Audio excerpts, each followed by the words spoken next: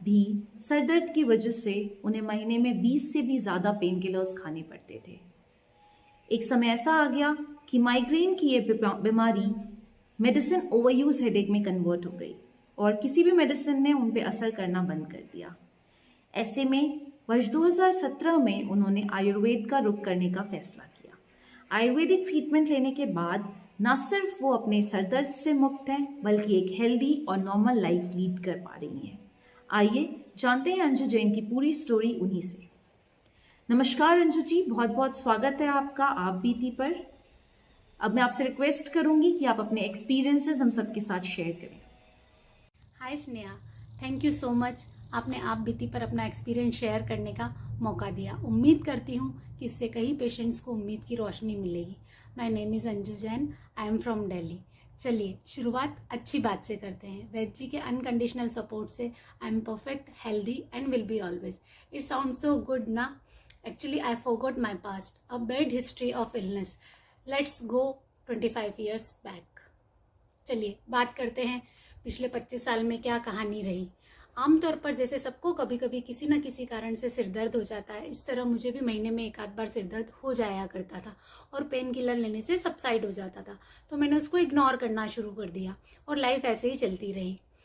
फिर महीने में एक बार होना शुरू हुआ, फिर 15 दिन में एक बार होना शुरू हो गया, फिर वीकली हेडेक होना शुरू हो गया। पर मैं पेन किलर लेके उसको सबसाइड करती गई। मुझे लगा कि ठीक है, नॉर्मल है, हो जाता है कभी एक्सर्शन से या कभी किसी स्ट्रेस की वजह से। तो मैंने उसको सोचा नहीं कि मतलब ऐसे ही इतना बढ़ते जाएगा। डॉक्टर्स को दिखाया, न्यूरो फिजिशियंस को कंसल्ट किया, जो मेडिसिन दी वो मैं खाती रही, पर दिन ब दिन स्थिति वर्स्ट होती गई। अब ये हेडेक 15 दिन से हफ्ते भर से डेली बेसिस पे, कभी 2-2 दिन 3-3 दिन में एक बार। और एक बार जब मेरा सिर दर्द होता था तो 24 घंटे से लेकर वो 2-3 दिन तक कॉन्टिन्यूस होता रहता था और उसकी वजह से मैं कॉन्टिन्यूस पेन किलर खाती रहती थी।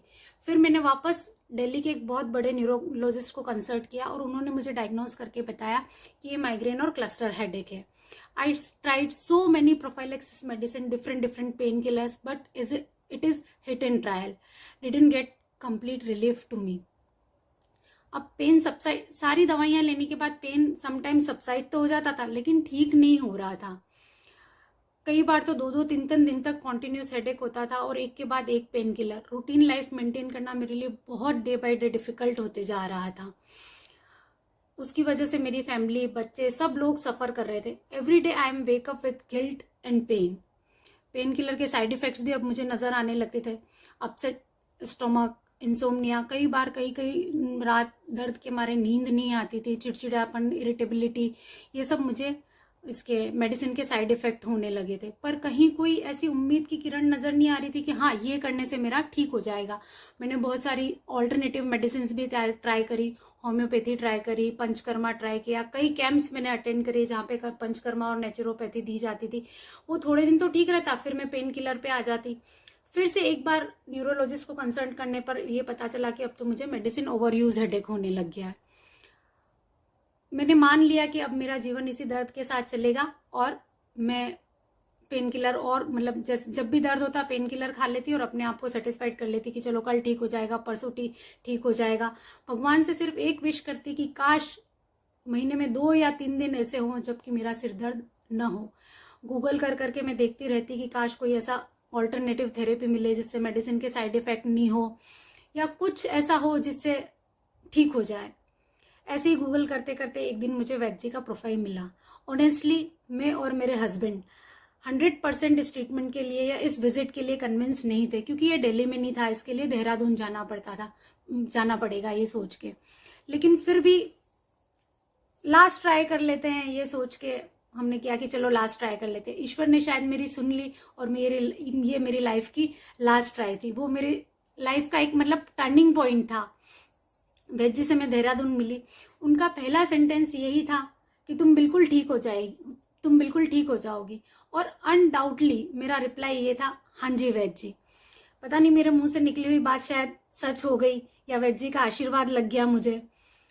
तो मैंने मतलब वैद्य जी से दवाइयां ली और मैं वापस दिल्ली आ गई। वेजी की दवाइयां शुरू करने के बाद और पेन किलर बंद करने के बाद जो 10 दिन थे वो मेरी लाइफ के सबसे वर्स्ट और सबसे खराब दिन थे, क्योंकि मेडिसिन विड्रॉल सिम्टम्स आने लगे, मुझे भूख नहीं लगती थी, पूरा दिन इतना सर दर्द, बहुत परेशान हो गई मैं। कभी कभी तो मेरा मन किया गिव अप कर दूं मैं, मुझे नहीं करना है ये ट्रीटमेंट, लेकिन फिर मैंने अपने आप को हिम्मत बंधाई और फिर कहा कि नहीं, इसको मुझे ट्राई करना और मुझे ठीक होना है। उस हिम्मत ने मेरा साथ दिया और 10 दिन के बाद चीजें ठीक होने लगी। 10 दिन के बाद मेरी रिकवरी शुरू हुई। 3 महीने मैंने मेडिसिन खाई और उसके बाद मैं 21 दिन के लिए पड़ाव सेंटर पे गई। वहाँ वैद्य की गाइडेंस में डाइट, मेडिसिन और वहाँ का जो भी रूटीन था वो मैंने फॉलो किया। वैद्य की बातें, उनकी काउंसलिंग, उनका प्रॉपर तरीके से हर चीज को समझाना, वो सब मैंने अच्छे से फॉलो किया।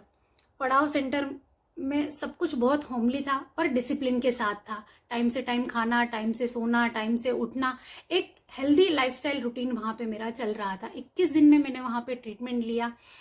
वैद्य ने बहुत सारी चीजें सिखाई। उनकी एक बात को मैंने पूरे जीवन के लिए याद कर लिया कि परिस्थिति कठिन हो तो धैर्य और ईश्वर का साथ कभी मत छोड़ो। शायद वही मेरे लिए काम आई।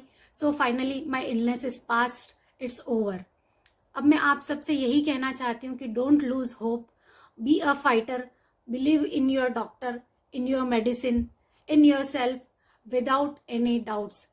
लास्ट बट नॉट लीस्ट, मैं सबको थैंक यू कहना चाहती हूँ, स्पेशल थैंक यू कहना चाहती हूँ वैद्य जी को, जिन्होंने इतना सपोर्ट किया। सिर्फ पड़ाव में ही नहीं, सिर्फ मेडिसिन के साथ ही नहीं, ईमेल्स के थ्रू, व्हाट्सएप के थ्रू, कॉल के थ्रू, वो हमेशा, मतलब मैं उनके साथ टच में रही, उन्होंने हमेशा मुझे गाइड किया, उन्होंने हमेशा सपोर्ट किया। Thank you Padav team. और मेरा स्पेशल थैंक्स साक्षी जी को भी जाता है, जिन्होंने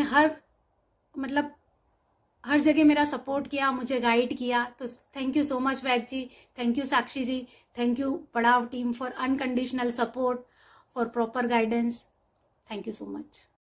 थैंक यू अंजू जी, धन्यवाद आपका शो पर आने के लिए और हमारे साथ अपने एक्सपीरियंसेस शेयर करने के लिए। अगर आप भी ऐसी कोई एक्सपीरियंस हमारे इस प्लेटफॉर्म के द्वारा शेयर करना चाहते हैं तो नीचे दिए गए हमारे हेल्पलाइन नंबर्स पर कॉन्टैक्ट कर सकते हैं। फिर मिलेंगे अगली कड़ी में ऐसी ही एक स्टोरी के साथ। तब तक के लिए नमस्कार।